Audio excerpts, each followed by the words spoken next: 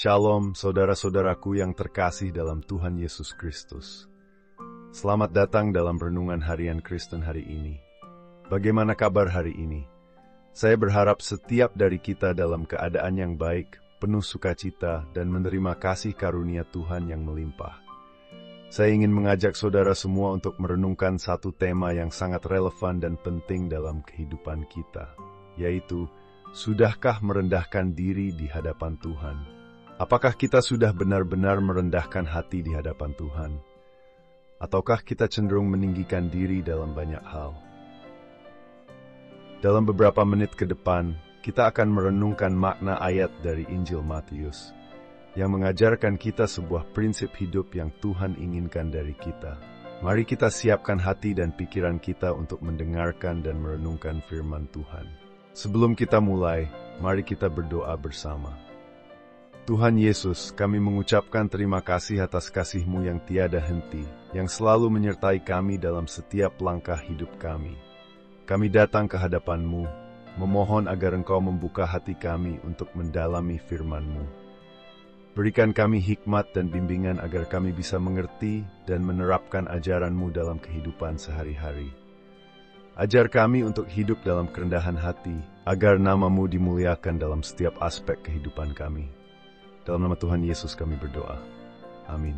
Mari kita buka Alkitab kita dan baca bersama ayat utama kita hari ini, yaitu dari Matius 23 ayat 12 yang berbunyi, "Dan barang siapa meninggikan diri, ia akan direndahkan, dan barang siapa merendahkan diri, ia akan ditinggikan." Saudara-saudara yang terkasih, ayat ini adalah pengajaran langsung dari Tuhan Yesus yang mengungkapkan sebuah prinsip hidup yang sangat berbeda dari standar dunia. Dunia sering mengajarkan kita untuk mengejar kebesaran, mengutamakan pengakuan, dan berusaha untuk berada di puncak. Namun, Tuhan Yesus mengajarkan hal yang sebaliknya, bahwa siapa yang merendahkan diri, dialah yang akan ditinggikan oleh Tuhan. Kebesaran di mata Tuhan bukanlah hasil dari usaha untuk meninggikan diri, tetapi justru berasal dari kerendahan hati. Mari kita gali lebih dalam dua makna penting yang bisa kita ambil dari ayat ini. Pertama, Tuhan membenci kesombongan. Sombong adalah sikap yang sangat bertolak belakang dengan kerendahan hati yang Tuhan kehendaki. Ketika seseorang meninggikan diri, berusaha menonjolkan dirinya, atau merasa lebih hebat daripada orang lain, Tuhan berkata bahwa orang itu akan direndahkan. Itu berarti di hadapan Tuhan, segala kebanggaan dan keangkuhan tidak ada artinya. Tuhan melihat hati dan sikap kita, dan ketika kita mengutamakan diri kita sendiri di atas segalanya, Tuhan akan menunjukkan bahwa segala sesuatu yang kita miliki adalah karena anugerah-Nya, bukan karena kemampuan atau kekuatan yang kita miliki. Kedua, orang yang merendahkan diri akan dihargai oleh Tuhan. Sebaliknya, mereka yang merendahkan diri, mereka yang tidak mencari pujian, tidak berusaha untuk mendapat pengakuan dari orang lain, akan dipandang dengan hormat oleh Tuhan. Merendahkan diri di hadapan Tuhan bukan berarti kita meremehkan diri sendiri atau tidak menghargai potensi yang Tuhan berikan. Sebaliknya, merendahkan diri berarti kita mengakui bahwa kita tidak bisa hidup tanpa kasih dan penyertaan Tuhan, dan bahwa segala sesuatu yang kita capai adalah karena pertolongan-Nya. Dalam dunia ini, mungkin kita tidak selalu mendapatkan penghargaan atau pengakuan dari yang kita inginkan, tetapi Tuhan selalu melihat hati kita, dan pada waktunya, Dia akan mengangkat kita. Mari kita renungkan sejenak dalam kehidupan sehari-hari. Kita mungkin pernah berada dalam situasi di mana kita merasa bangga akan pencapaian kita. Mungkin itu dalam pekerjaan, pendidikan, atau prestasi lainnya. Kita mungkin ingin orang lain mengakui betapa hebatnya kita, atau bahkan membandingkan dengan orang lain untuk menunjukkan keunggulan kita. Namun, apakah sikap seperti ini sesuai dengan ajaran Tuhan? Apakah kita sudah merendahkan diri di hadapan-Nya? Bayangkan kita berada dalam suatu situasi di tempat kerja. Mungkin ada rekan kerja yang selalu memamerkan prestasinya atau merasa lebih unggul daripada yang lain. Bagaimana kita meresponnya? Apakah kita akan mengikuti jejaknya dengan berusaha menunjukkan kelebihan kita? Atau, apakah kita memilih untuk tetap rendah hati, menghargai orang lain, dan mengakui bahwa segala pencapaian kita adalah karena kasih karunia Tuhan? Saat kita memilih untuk merendahkan hati, kita tidak hanya menunjukkan sikap yang benar di hadapan Tuhan, tetapi juga memberi contoh yang baik bagi orang di sekitar kita. Itu adalah kesempatan bagi kita untuk menjadi saksi Kristus dalam kehidupan sehari-hari. Mari kita lihat ilustrasi sederhana. Suatu hari, Anda mendengar seseorang di gereja atau di tempat kerja berbicara tentang betapa hebatnya mereka.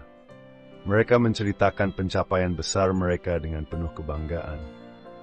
Di sisi lain, ada seseorang yang lebih diam, tidak berusaha menonjolkan dirinya, tetapi selalu bekerja keras dalam kerendahan hati dan melayani orang lain dengan tulus.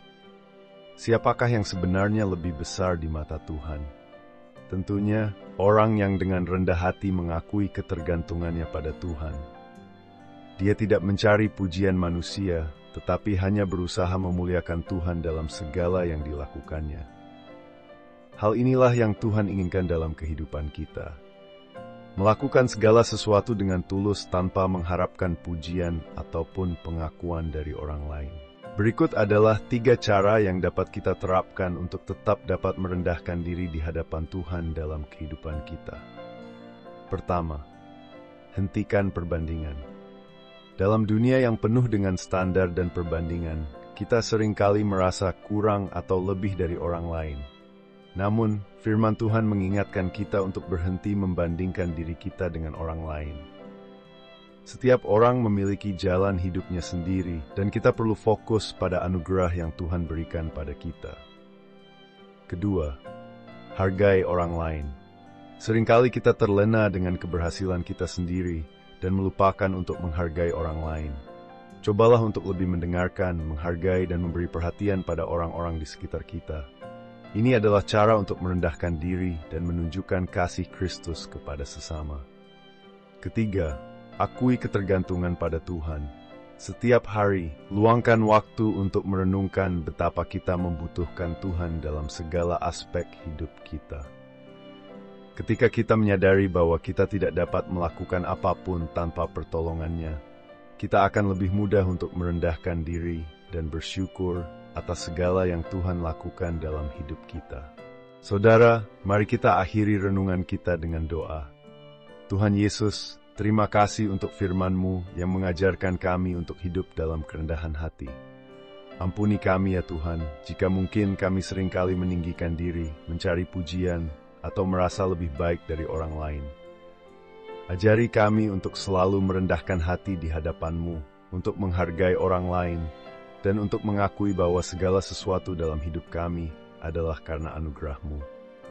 Kami memohon agar Engkau memberi kekuatan dan hikmat, agar kami bisa hidup sesuai dengan kehendak-Mu, agar dalam segala hal nama-Mu semakin ditinggikan. Dalam nama Tuhan Yesus kami berdoa. Amin.